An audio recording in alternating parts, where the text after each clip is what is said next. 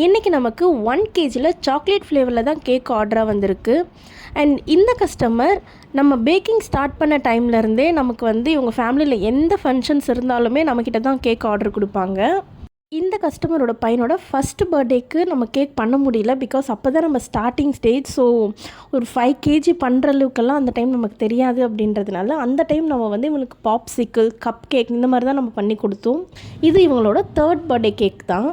எந்த cake design கொடுக்கலாம் அப்படின்னு இவங்க பார்த்துட்ருக்கும் போது அவங்க பையனே இந்த கேக் செலக்ட் பண்ண தான் சொல்லிட்டு இருந்தாங்க.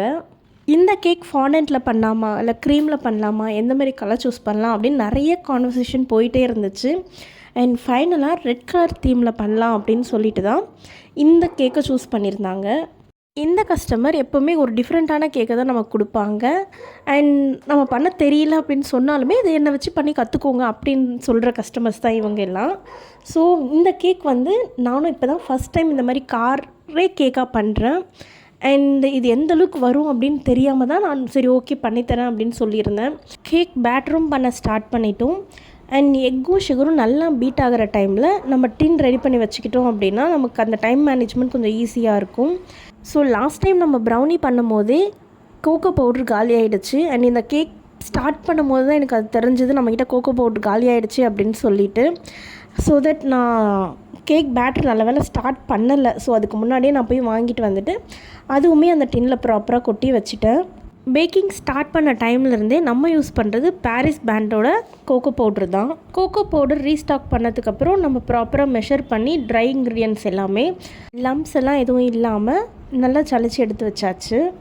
இந்த கஸ்டமர் அகெயின் நமக்கு கால் பண்ணி ஒரு வேளை காராக இந்த கேக் செய்ய முடியல அப்படின்னா டாப்பர் மாதிரி கார் டாப்பர் மாதிரி ஏதாச்சும் வச்சுருங்க. ஏன்னா பாப்பாவுக்கு வந்து கார் வேணும், அந்த கேக்கில் எங்கேயாச்சும் கார் இருக்கணும் அப்படின்னு சொல்லியிருந்தாங்க. பட் நம்ம வந்து இல்லை நம்ம எப்படியாச்சும் காரே பண்ணித்தரோம் அப்படின்னு தான் சொல்லியிருந்தோம்.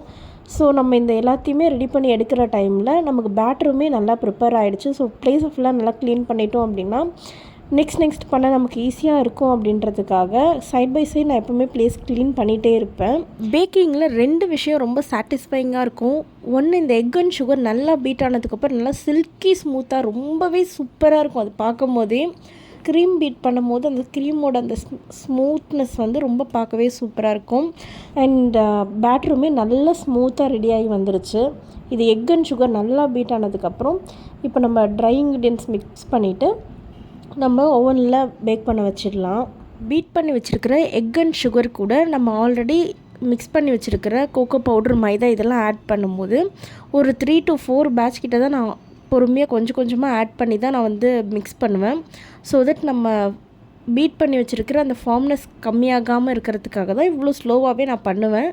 அண்ட் ஃபஸ்ட் பேட்ச் ஆட் பண்ணதுக்கப்புறம் தான் தெரியுது நான் baking powder and baking soda add பண்ணவே இல்லை அப்படின்னு சொல்லிட்டு. நல்ல வேலையாக நான் ஃபஸ்ட் பேட்ச் ஆட் பண்ணதுக்கு அப்புறமேட்டு எனக்கு இது தெரிஞ்சிருச்சு. ஸோ தட் நான் நெக்ஸ்ட் பண்ணும்போது நான் ஆட் பண்ணிட்டேன்.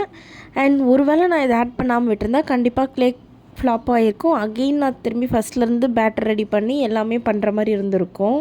ஸோ இப்போ கேக்கும் நல்லா பேக் ஆகி வந்துருச்சு. அண்ட் கார் என்ன சைஸில் வேணுமோ அந்த சைஸ்க்கு ஏற்ற மாதிரி கேக் எல்லாமே ப்ராப்பராக கட் பண்ணி எடுத்து வச்சாச்சு.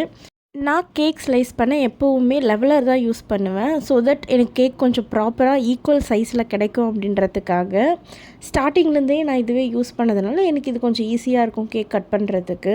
ஃபஸ்ட்டு நம்ம கேக் ஷேப்பில் கட் பண்ணிவிட்டு அதுக்கப்புறமேட்டு தான் நம்ம கேக்கே ஸ்லைஸ் பண்ணோம். ஸோ இதுக்கப்புறம் இந்த கேக்கை நான் எப்படி ரெடி பண்ணேன், எப்படி மற்ற க்ரம் கோட் கொடுத்து எப்படி அந்த கார் ஷேப்பில் நான் மற்ற டிசைன் எல்லாமே கொடுத்தேன் அப்படின்றத பார்ட் 2 வீடியோவில் பார்க்கலாம். தேங்க்யூ.